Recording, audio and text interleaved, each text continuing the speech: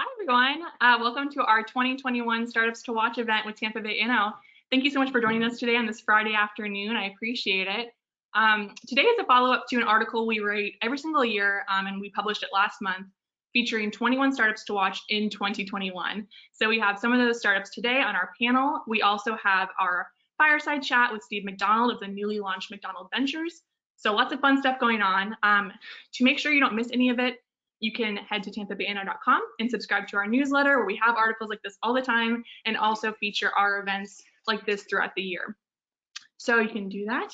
And to get the full list of the 21 startups we featured, it'll be in the little chat feature, so you can check that out as well. But we couldn't be here today without our sponsors, so a big thank you to University of Tampa, Accenture, Synapse Florida, and OmniPublic. And we have Brian Kornfeld of Synapse Florida today to chat a little bit about what Synapse is doing. There's some big things coming up. So Brian, if you want to hop on. There I am. Hey, good morning, everybody. Happy Friday. At least I believe it's Friday. The days have been blurring together over the last few weeks. Happy to be here, and thank you to Inno for having me today. Synapse, we're a nonprofit organization that's here to connect, organize, and celebrate Florida's thriving innovation communities. And one of the big celebrations that we have is right around the corner with our 2021 Synapse Summit, as Lauren loves to call it, her Super Bowl. It is starting March 8th, so we are 10 days away right now from the start of our summit. It is going to be an incredible event. We have a great team that's working tirelessly to bring this to you, between our programming, which I'm not quite sure how we've done it, but I think that we've one-upped from previous years. Headlined by Damon John from Shark Tank and FUBU. We're also bringing in Steve Young and Jerry Rice, who are going to talk about their 8 to 80 zones, their esports initiatives, one even starting here in Tampa to teach STEM education to inner city youth. A woman named Tammy Hodo out of Jacksonville, who is innovating in ways that diversity, equity, and inclusion is being worked on. Mayor Francis Suarez out of Miami, Stephen Galanis, the CEO of Cameo. I can go on and on. The thing I'm most excited about is the networking. It's one of the gaps that has been here in the past year and a half. Even an event like this, I wish we could all be together, handshakes, hugs, business cards handed out. But we've brought on an AI-powered networking tool to help bring networking to you and help make things effective, efficient, help you get further connected. So please join. General admission tickets are free. Go to synapsesummit.com to learn more, read more about the agenda, find out what's going on, but I would love to have each and every one of you there to celebrate, discover, and engage innovators and innovations across the state of Florida. Thanks, and looking forward to hearing from all the panelists. Thank you, Brian. All right, so now we have our first ever Fireside chat, actually, which I'm really excited about, and I couldn't be more happy that it's with Steve MacDonald. He obviously has been a long-time pillar in our Tampa Bay tech community, founder of myMatrixx, and now he has MacDonald Ventures, and so him and the Tampa Bay Business Journal publisher, Ian Anderson, are going to chat about a lot of different things, including startup trends to watch, investment, all the fun stuff. So if you guys want to come on, and I will pop off until our panel, we can do that. Oh, all right. Okay, thank you, Lauren, and good morning. Happy Friday, Steve. How are you? Hey, Ian, how are you? I'm doing good. Good, good. Well, thanks for being with us this morning. We've got 15 minutes to cover a lot of ground, and there's certainly been no short of newsworthy events going on with you in the last couple months. So Lauren mentioned it, but for those of you who don't know, Steve MacDonald, you referenced launching your fund back at Startup Week. I think that was back in October. And a couple of weeks ago, or I guess early January, you officially launched MacDonald Ventures. Let's kick off with that.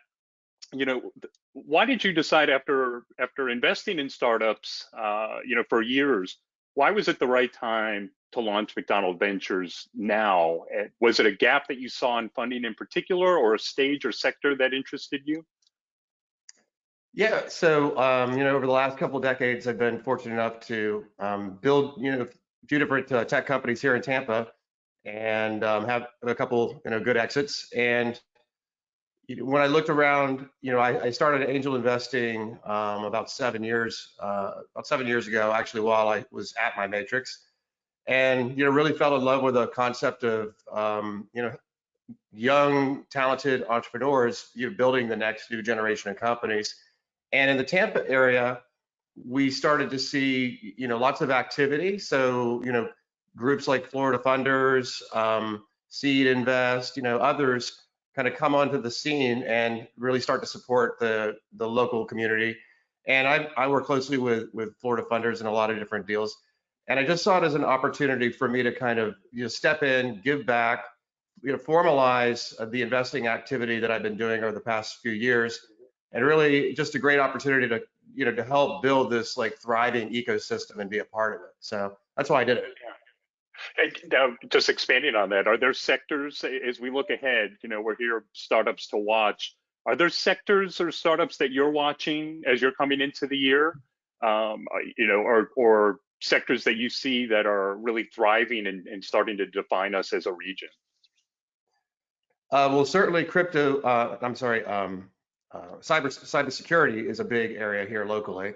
Blockchain, fintech. I'm in a couple fintech startups. And lots of companies that I think that in general, those companies that AI, artificial intelligence, machine learning is going to be at the core of any new technology startup. And we've started to see a lot of interest in companies here locally who are using AI to build their businesses. So those are the companies I see that are really starting to thrive in the area, and it's really exciting. There's this it's an often heard complaint, and it's not unique to Tampa Bay, but it's across many ecosystems, that the founders will say that there's not enough funding, and on the flip side of that, you'll hear from investors say that there's not enough talent or there's not enough activity in startups to invest in. Do you think either of those are true for Tampa Bay, or do you think we've got a nice equilibrium? I wouldn't say that there's an equilibrium. I guess I'm not usually real sympathetic when I hear those kinds of concerns or complaints, really. When I started my first company, that was in 1999, and there was no ecosystem for startups. There was no angel money. There was no support system. So, we powered through that, and we got, some successful companies off the ground with, multiple 9-figure exits. And, now, especially, fast forward 20 years to today, there's a lot of opportunity there. Again, Florida Funders, Seed Invest, people like me, people like Arnie Bellini, Barry Shevlin. There's a lot of activity here to support the local startups. Wave, Embar Collective. There's a big support system here, and there is money. And I think, unfortunately, a lot of times when I hear those, frankly, excuses, I think that the founders should reflect on themselves and really, maybe the business isn't right, or maybe you're not presenting it correctly. And I think it's really incumbent on the entrepreneur to look inward if they can't find funding, because it's out there, and it's in a way that it never has been before. So we've got a number of founders that are tuned in today, as well as investors, a pretty broad spectrum of the community. What makes I'm trying to find some actionable insight here. You get hundreds of pitches. What makes a good pitch? I guess, how can a founder get the attention of, and eventually the funding of, investors? I guess, what's the best way for someone to get your attention? Yeah, so interesting question, because a few years ago, I worked with the pitch group at Wave, and I got a lot of pushback on this. And it's one of those examples of where I think that founders, again, need to look inward and be willing to seek out best practices in their pitch process. And for me, if a presentation or if a pitch is too wordy, if the slides are full of words, it goes straight to trash. I don't have time to read all that. It needs to have a clear and concise elevator pitch, to lead off the presentation. It's got to have a clearly defined problem and solution. We want to see the founding team and why they are the right people to do this and why now. It should have how we're going to do it, how we're going to solve this problem.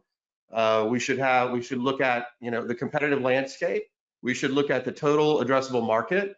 If it's growing, if it's stable, if it's, if it's declining. One of the examples I like to use in the total addressable market is, when Elon Musk started, Tesla, or, came into Tesla, the total electronic vehicle market was very small. So if you just looked at the addressable market for electronic vehicles then, it wasn't very big. But as his company has grown, that market has expanded and the market has grown.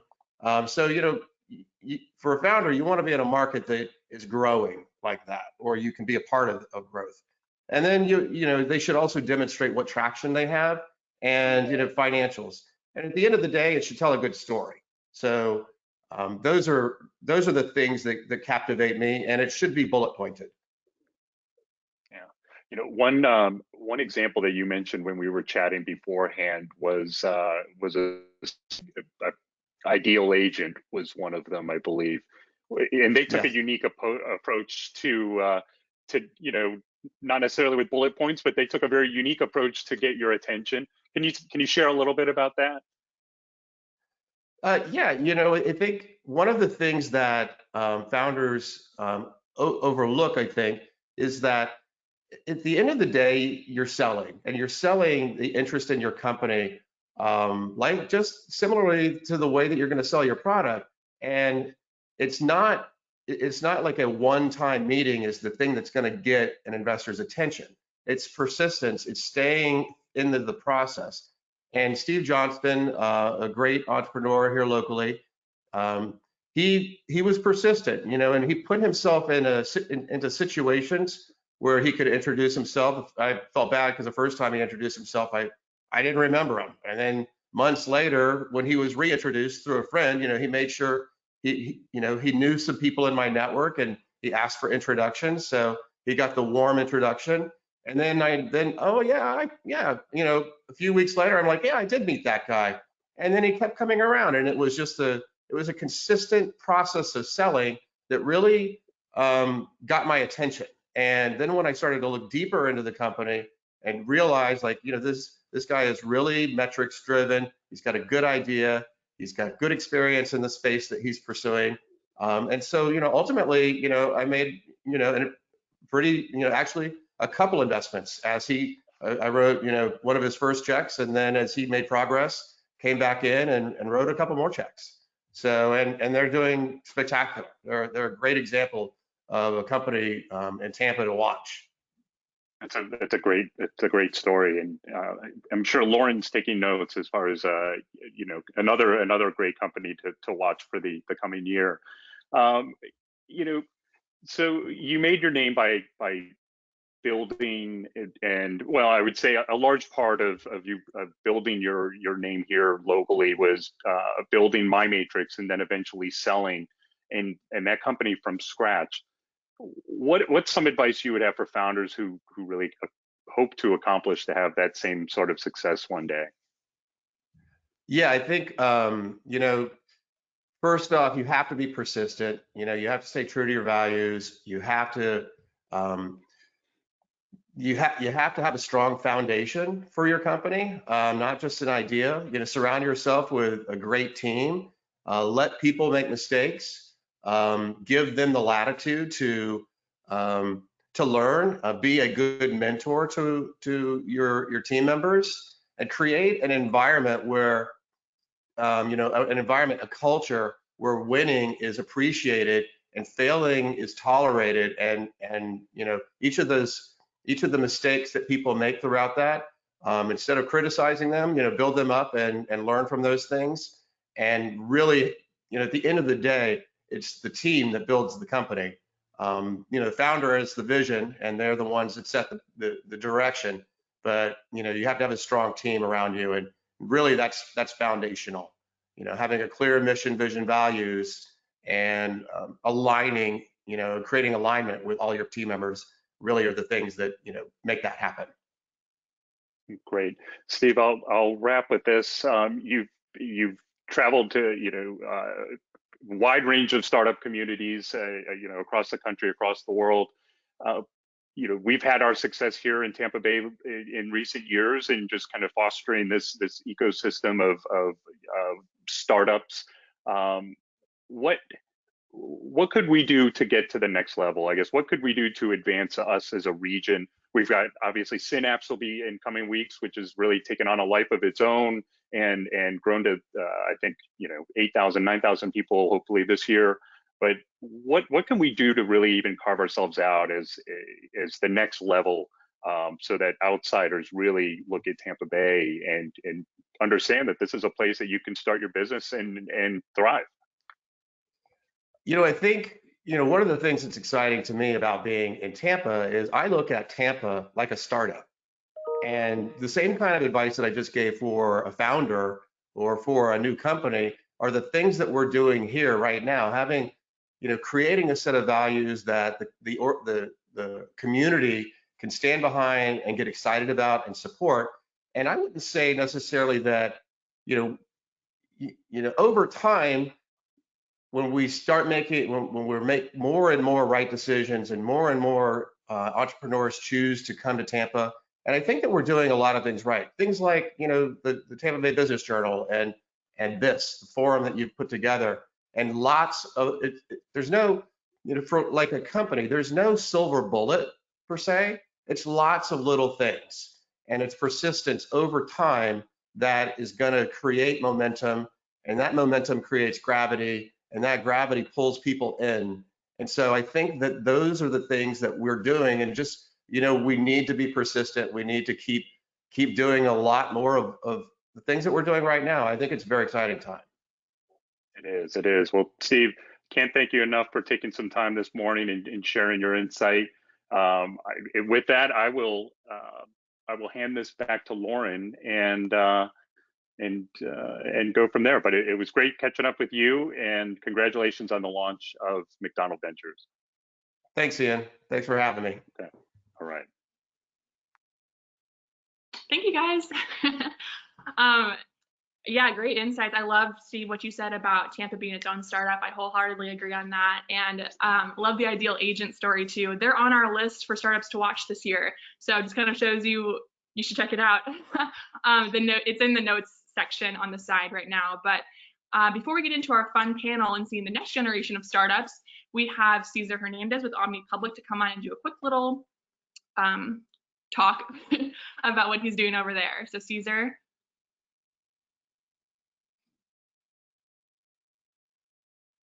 Hi, good morning, Lauren. How you doing? Good. Hello, everyone, and good morning. My name is Cesar Hernandez. I am the founder and managing director of Omni Public.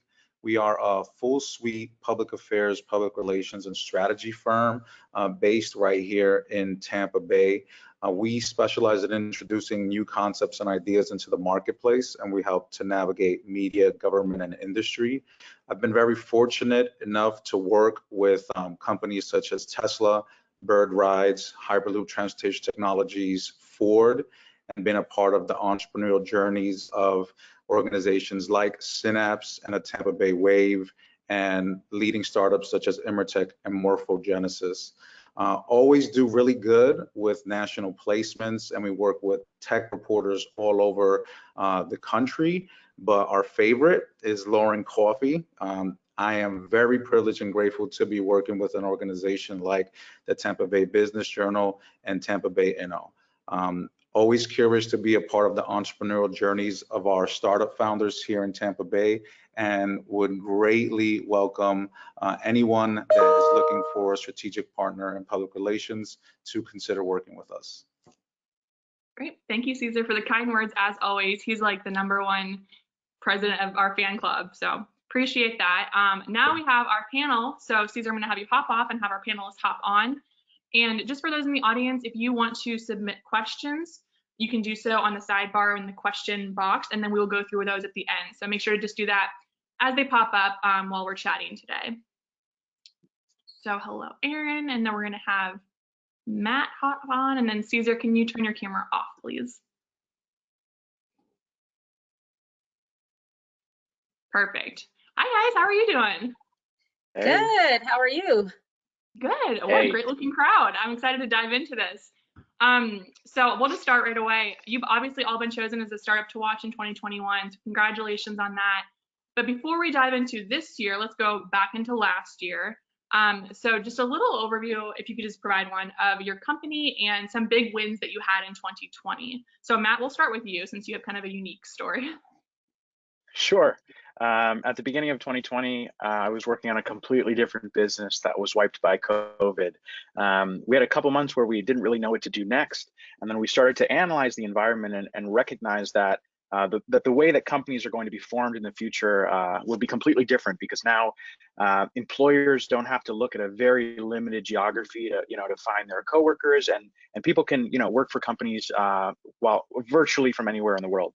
And so now we've completely pivoted. I'm the founder today of a company called Panther, and what we're building is global payroll and compliance solutions for remote teams. So we help companies hire anyone, anywhere in the world in just a click. And that was a pretty big change for us this year. Definitely, yeah, that alone I think is your big win of the year. Aaron, what about you? Hey guys, I'm Aaron White. I'm the co-founder and CEO of Script.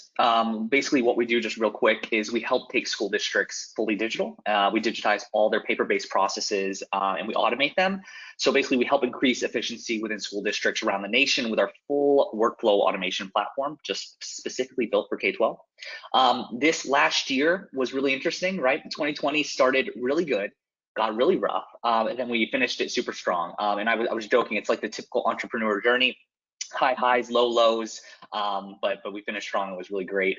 We grew, some of the numbers on that is we grew about 600% last year, went from a handful of states, now we're well over 20 states, growing and creating change in K-12. Great. SaLisa, last but not least. Yes, thank you for the opportunity to be here. I'm the founder and CEO of COI Energy. We offer a digital energy management platform that helps utilities and businesses detect and eliminate energy waste in buildings in order to really drive efficiency, optimize the grid. So when we think about what's going on in Texas and those other states that have problems, we really solve for those types of issues. And then the bigger piece, we're repurposing this energy waste in order to solve bigger problems with climate change and also marginalized communities that don't have access to clean energy solutions. So we're providing them with equitable access to clean energy. So in 2020, it was a very interesting year. We started off strong. We had just finished our beta testing in 2019, went commercial with our product, and then all of a sudden in March, we hear that everything is kind of going to be put on hold. And I'm like, are you kidding me, right? And then all of a sudden, I'm getting calls from utilities saying, you have this digital energy management platform. Could you give me your safety plan? Like, do you have to be out there in touch with the customers? I'm like, no, what we do, we never have to come in contact. So prior to the pandemic, everything was like, oh, digital, no. And now it's like, digital, this is the way of the future. So we went from being really excited about how the year was going to kick off to having that lull in March, April, May time period, then taking off. And so a part of our wins, we were part of the Google for Startups cohort, which really kind of helped us with expanding out on our technology. Mass Challenge and 76 West semifinalists, where we end up becoming a finalist with Governor Cuomo's competition on clean energy, where we're helping the state of New York now solve problems. We won over $500,000 there. And then I have to say, all of the partnerships that came alive for us in 2020 with SAP. So they're helping, sell our solutions globally. New Jersey Innovation Institute, they're focused on healthcare and bringing healthcare on our platform. We signed with a large healthcare consortium, and there's just so much more. But all this happened because of my amazing team, raising the bar to that next level and recognizing that in order for us to win at this game, we have to always be at the top, and they really delivered on that.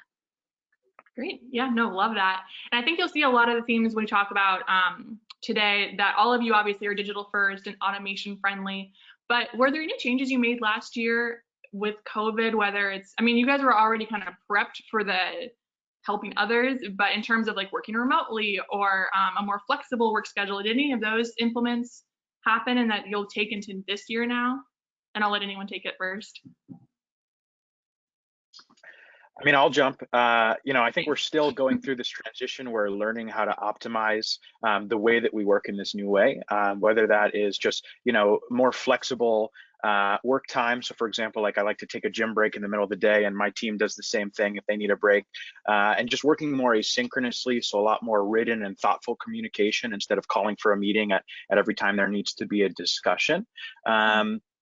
And I think this is for the better. I think that we're starting to see a real revolution when it comes to the way that we work, and we can start to not just like work shouldn't control the way that we live, but hopefully the inverse starts to happen, right? The lives that we want to live really affect the way that we work. And I think that everybody can still be successful in that way. We have to kind of learn these new procedures. Yeah, no, that's great. I want to jump in on that. I think that's some very similar to kind of what we're experiencing. For us, like the remote work is an easy one that we're going to move forward with, and as a company, we're going to kind of figure that out. But there are some things that we're still in the middle of making changes and bringing into this new year that we don't have figured out yet, but we're actively working through. Like one of the ones that we're working through is really being intentional with our interactions with our colleagues and our employees, because what we've seen is like when you're in the office, you naturally collaborate and you're naturally involved with everybody's lives and you're involved with different departments, and it's something that happens. And so now that we're siloed and remote, it is super hard not to lose that company culture, right? It's just something that has happened. So for us, really, we want to be intentional about being intentional this year as it relates to our employees and our colleagues, and not always jumping on Zoom. Maybe jump on the phone, right? Just switching it up in different things, and kind of our intentionality is something we're going to try to bring over into 2021. That's a really good point. I think people are already doing Zoom burnout, and I know culture is such a big thing, especially in Tampa, of just maintaining that still. So that's good that you're having this talk. SaLisa, what about you? Yeah, so the good thing about COI Energy, we've had remote teams just because we're in different states. Mm-hmm. And so we've been using Zoom for almost 3 years. So we kind of like just got into like, kept with our flow. However, with our customers, we had to do a little adjustment. So we typically go out and do these site assessments, and customers just kind of like want to walk through with us to really understand what's going on. We changed that to virtual site assessments. Now, typically they didn't ever need us to walk through with them, but some people like that comfort level. So the virtual assessments worked just as well, and we were able to really continue on without skipping a beat. Great. And Matt and Aaron, I'll pass this I will say, oh, go ahead. I will say quickly, I think it's really exciting to see remote work succeeding under the worst possible circumstances. And also like just recognizing that there's so much room for improvement. It only gets better, right? As we learn how to whiteboard digitally, how to bond digitally, and how to communicate better remotely.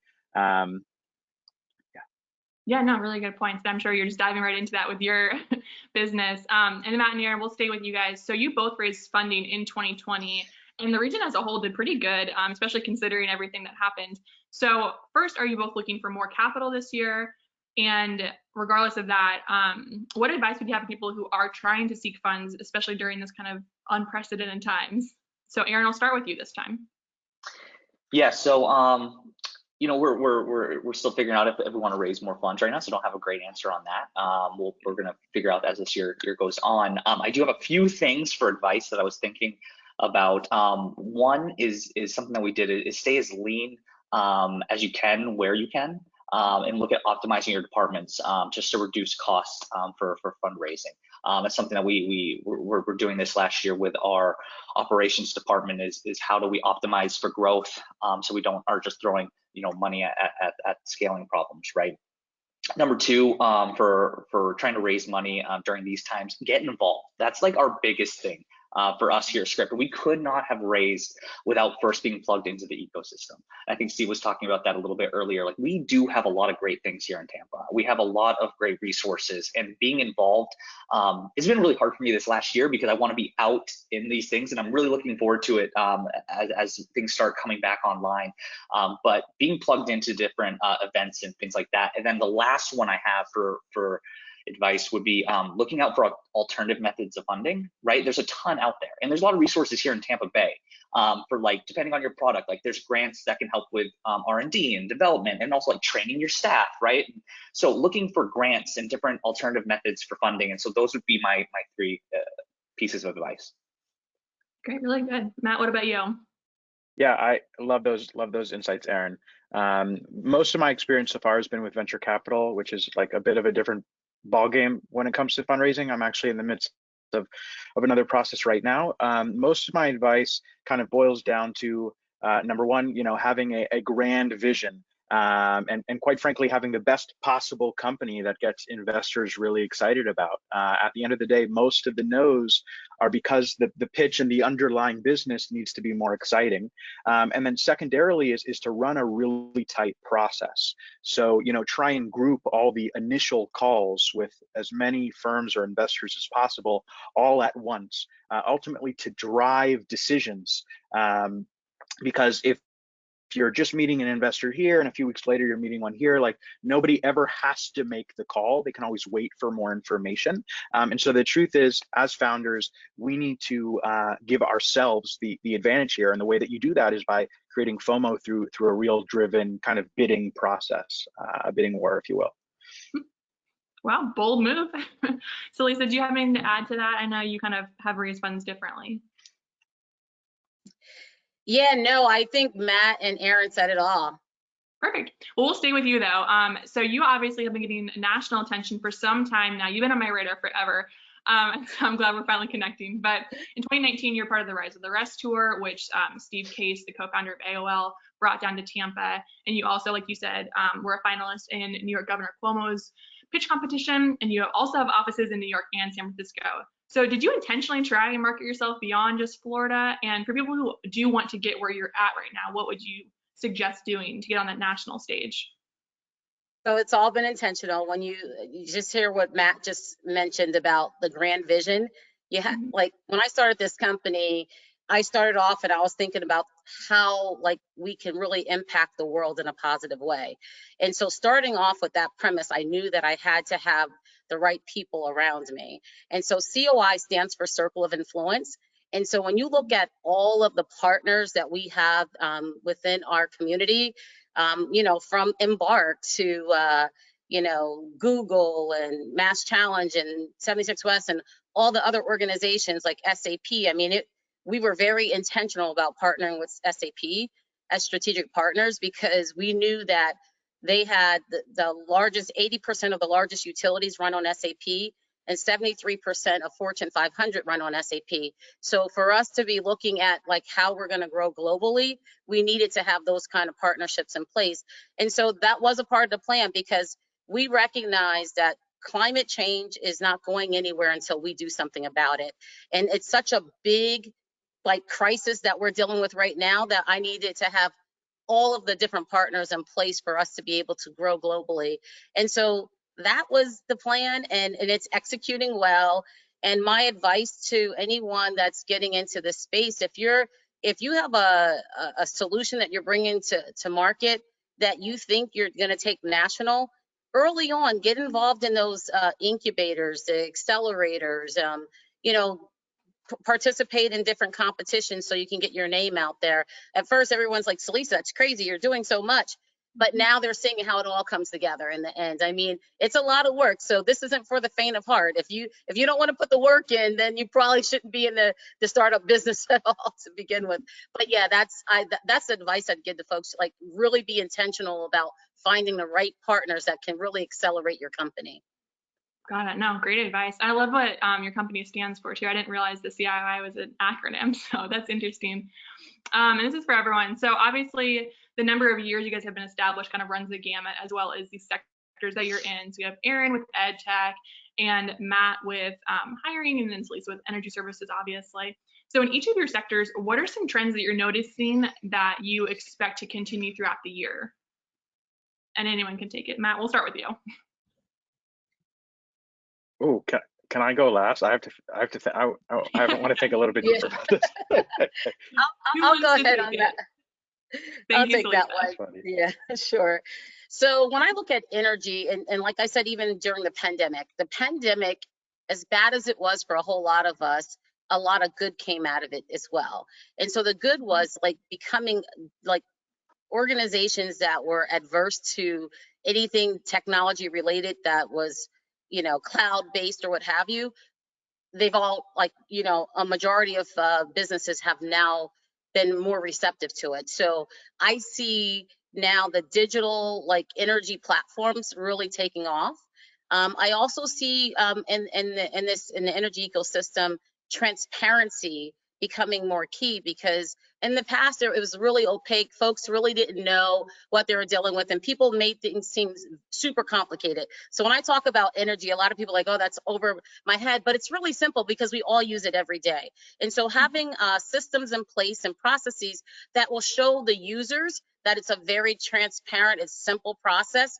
They can understand how they're saving and how they're making money, and then how they're protecting the environment. The other thing I see as becoming a big trend is customization. People want you to meet them where they're at. They don't want a one size fits all that they gotta fit into this square peg because everybody else is in it. And so I see that customization becoming very key as we move forward into the future. Really good stuff to look out for. Aaron, what about you? Man, that was so good. I'm gonna like steal half of that stuff right there. So I think there's like a lot of trends that we're seeing in K-12, right? Our biggest competitor, we always joke, was the fear of change, right? And fear of change is just now eliminated, right? It's inevitable. You know, going digital, especially in this environment, is something that's happening. And so that's been a trend that we're consistently seeing. Some of those other trends is our customers, some of them have different needs, right? Like as SaLisa was saying, some need a turnkey solution, some need a platform. And so for us, we see that some districts are just looking for us to solve a specific problem. So we're kind of positioning ourselves to help them with our professional services and stuff like that. Some of them are looking for a platform, and school districts too, some of them are looking to, how do we take our central office remote as well and minimize our real estate footprint to help save costs, right? It's always about saving expenses in education. So for us, trying to position ourselves to help reduce costs and facilitate better work environment for the back office is something that, you know, we're seeing going into this year. Okay, great. Matt, are you ready? Oh. Yeah, I'm totally ready. Okay. I'm really impressed by how Aaron and SaLisa are basically being able to be very flexible to solve the needs of so many different types of clients. I mean, to be honest, like we're overwhelmed in trying to stay kind of like technology based, which is not always the right thing to do. Like we're very strict today, and that needs to change. If there's a pattern that we're recognizing that I think like we're kind of on the premise of, it's this idea that today, while kind of every company is remote, and I genuinely believe that this is the way going forward. Like there was actually a very relevant study by Initialized Capital that came out that was asking founders if they were to restart their company today or start a new one, you know, where would their headquarters be? And over 40% of them said the internet, which is up from 6% just a year ago. But the reality is most remote teams, at least for US companies, are remote US only, you know, because we're still going through the maturity cycle of what this next stage of work is. And so where we really fit in is when companies start to realize like, okay, you know, if we're hiring around the United States and people aren't going into the same office, we might as well be completely geo-agnostic and just hire the best person on the planet for each position. And so the reality is we're in the very, very early days of our market, but just excited to be hopefully well positioned for this pattern to come. Yeah, definitely. Perfect. Great answers per usual. So last question for me, but before we do that, just a reminder to our audience, we have a few questions, but feel free to submit any questions you have, and then we will answer them after this. So last question from me, what is the biggest thing you're looking forward to in your business in 2021, besides continued growth, hopefully? So for me, the biggest thing I'm looking for, what's come out of the whole pandemic, that's really shined the light on us as a country and in the globe at large, is that we really need to focus on these underserved and marginalized communities. And so from an energy perspective, the reason why we have embedded in every kilowatt hour that we save energy equity is because those people are the ones that are most negatively impacted by climate change. And they're the same people that pay 3 times the national average for their energy. Like it doesn't, like it blows your mind. It doesn't all make sense, right? And so for us, what we're super excited about in 2021 is, really accelerating our partnerships with NGOs in order to provide this clean energy access to marginalized communities. I'm proud to say that we've partnered with Tampa Electric, and last year during the pandemic, we were able to help over 150 homes get access to energy, and we're looking at expanding that on a larger level. We've made some partnerships in New York and Pennsylvania, so we're looking at just really expanding that within our geographic footprint.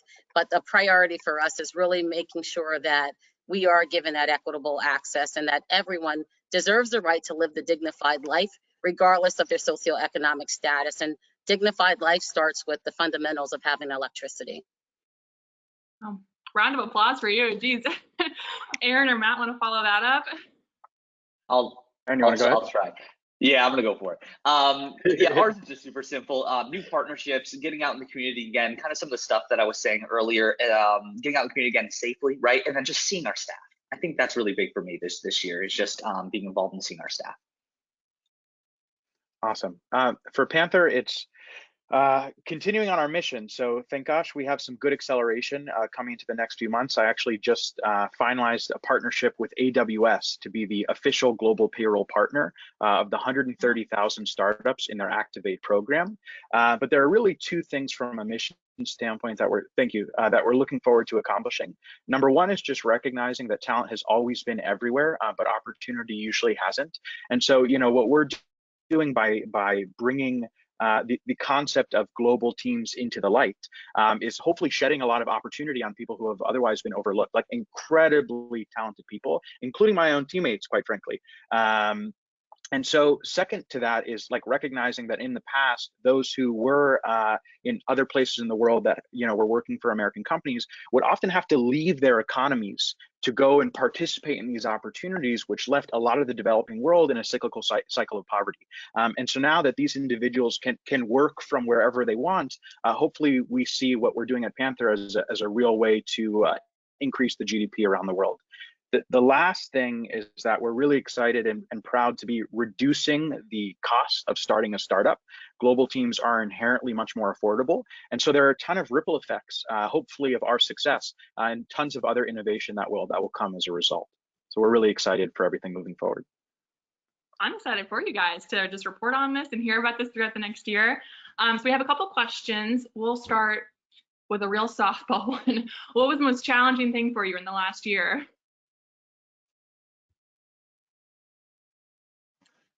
Big sigh. Not it. Not it. Matt, what about you? Well, the transition from my last business to Panther was not pretty.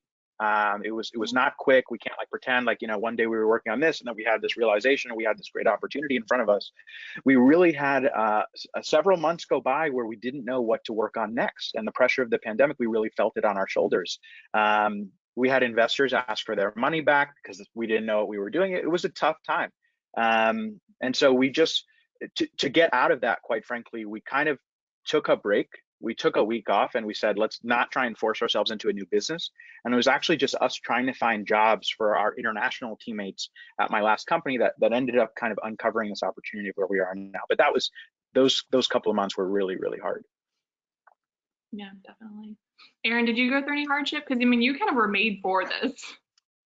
Yeah, we were. I think not necessarily a hardship, but something that was challenging for us is to try to read the market and figure out, okay, do we need to then just pivot and then kind of develop solutions to help solve this specific issue, or just double down on where we think our product is headed in our mission. And so figuring out how the market's going to work with schools and school districts, right? And it affected them on so many different levels, right? The work from home, the learning from home, so how do we position ourselves to be the best help for K-12? And so I think that was something that we really wanted to think a lot about. And but we doubled down on our mission. We think we're positioned really, really well to help and just continue doing that. Yeah, one of the biggest challenges for us was really being able to get the team, hire additional people once the growth happened, is getting the talent in a short period of time.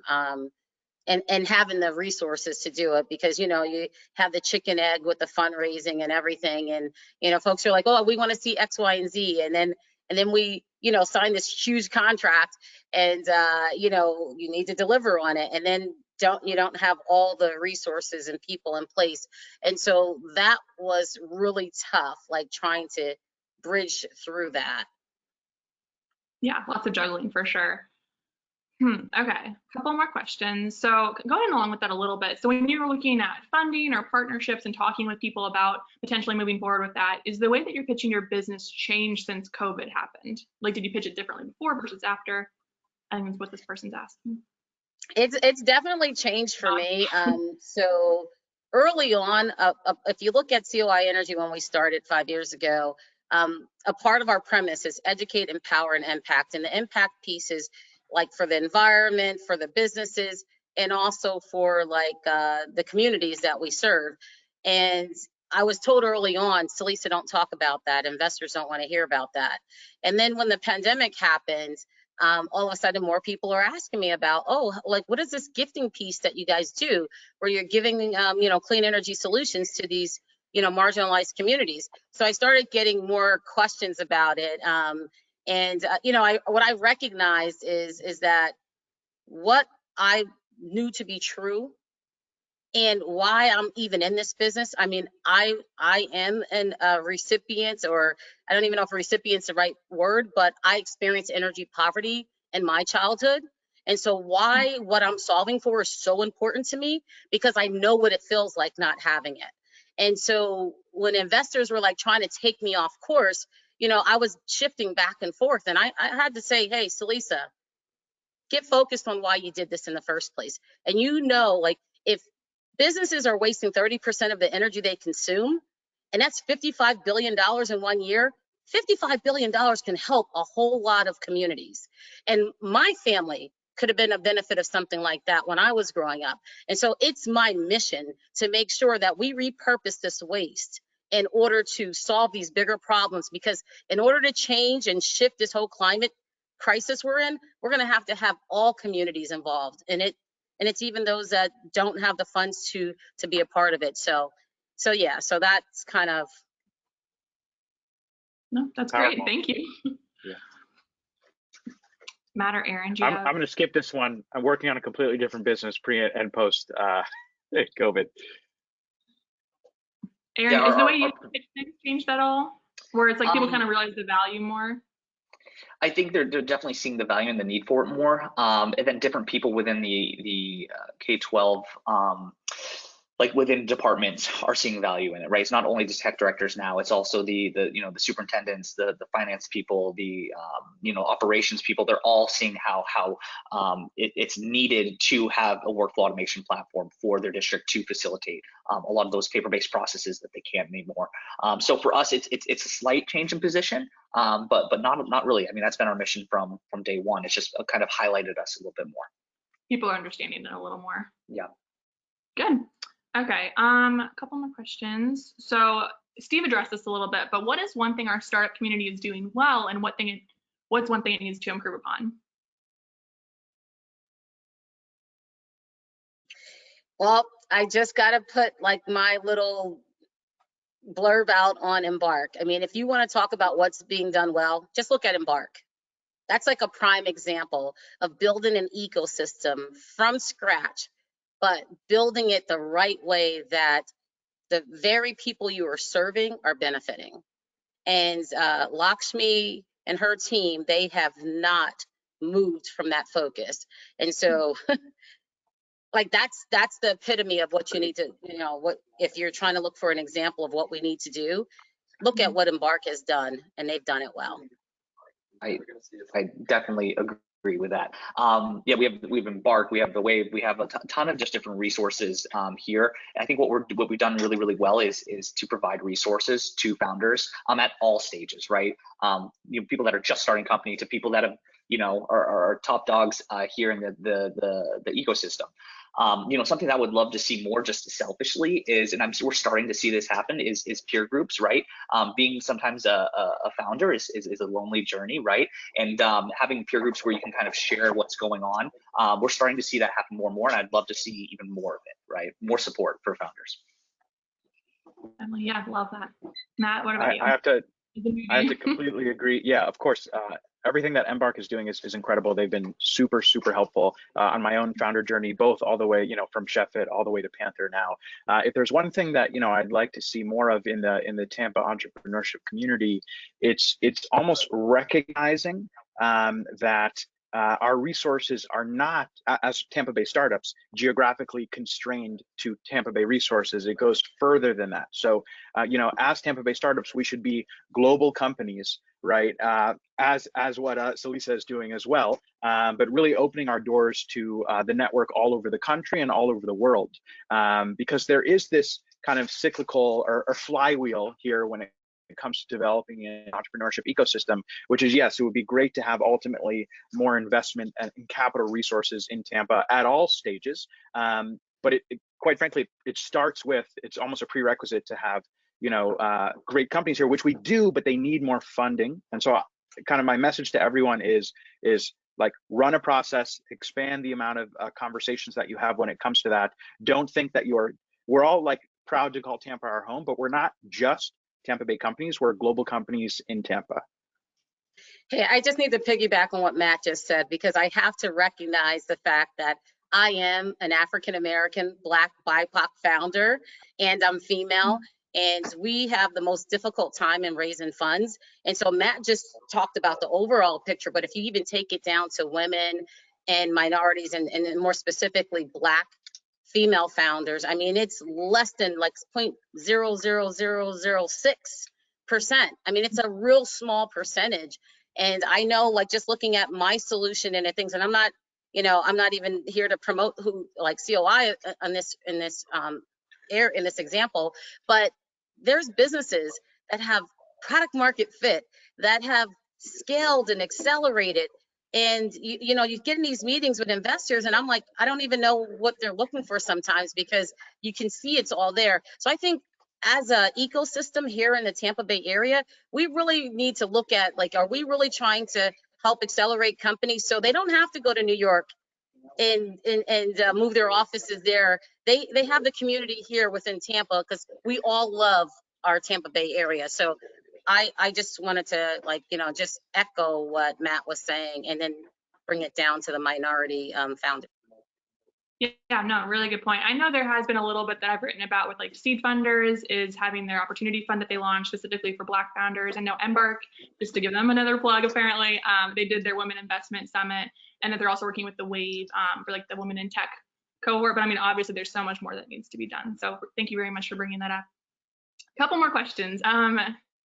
Another thing, what is your guys' opinion about headquarters, and will you have a physical space? Do you think it's necessary now for startups to have one? I think it probably differs per company, but... Oh yeah, for sure. Yesterday was a monumental day. Coinbase filed to go public, and in their filing, under location, they said they do not have a headquarters. They are a fully remote company. They were the first company to not list an address on the IPO filing, which is so incredibly exciting. I think that, like, why do we need headquarters? Not to say that we can't go in the office, by the way. I just want to put that asterisk out there that, like, work from anywhere does not mean, like, work from our home in a pandemic. It's much more flexible than that. But I think that it's becoming evident that the need to go into the same exact room as our coworkers is not the only way to do things. In fact, it's quite a constraining way to do things. And so I am very excited about the future of not letting location constrain companies to only work with a very limited set of people, where there are incredible people all over the world and all over everywhere. So I think that we should all champion talent over location, and that comes from removing the idea of a headquarters where everyone has to be. I actually agree with what Matt is saying. I also did a survey of my employees to find, how are they doing through this whole pandemic and not having the opportunity to go back in the office. And I sit on a few boards, and that was done with those boards as well. And what we found is that people want to come into a place and they want connections. It's very lonely sitting at home. And so, not saying you have to have a headquarters anywhere, but you need to, like, I believe that we're going to still need to create those opportunities where people can come together and have conversations, like cooler talk and things like that. I think that's what's been missing a lot. And I just happened to do a random survey to see what the feedback was, and it was overwhelming. And then even looking at universities where people were like, oh, well, people want to go remote, or are they going to want to have in-class training? And people were like, I want to go on campus. So I think we're going to still need. But I just want to jump in because I want to clarify that I agree. Like, personally, I go into MR Collective, I go into Hidehouse because I like working around other people. And there's nothing like good cooler talk or kitchen talk, whatever it may be. But I guess my emphasis is when it comes to the direct question of whether companies need a headquarters so that the employees are working in the same exact place, that's not necessarily required. I guess that's my thinking. Yeah, Aaron, what about you? No, totally agree. It's opened up for us to hire people all over, right? And it opened us up to different talent pools around the nation, which is great. But I have had our employees are like, when can I come back to the office, right? So some employees, they need that. And so how do we as employers help them for what they need, right? Some people thrive in the collaborative environment of being together. Some people want to be and work better just at their home. And so for us, trying to figure out what works for us as a company, but I think there's a good mix. And there's a lot of good conversations being happen, which is great. And I think that's really helpful to all different types of employees.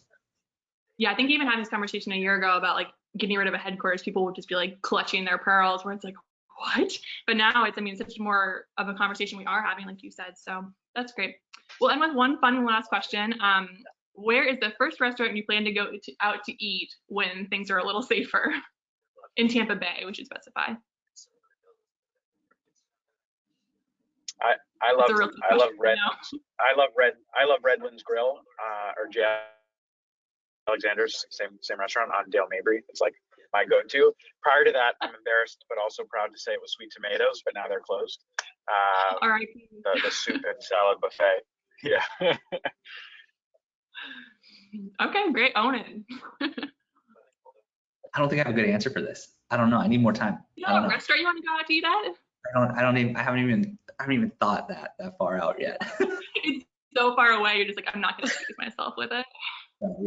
Yeah, there's this place and I don't I went once and I enjoyed it. It's called Salty something, and I can't remember the full name, but I really enjoyed the food, and it's in a nice location, so I would want to go there again.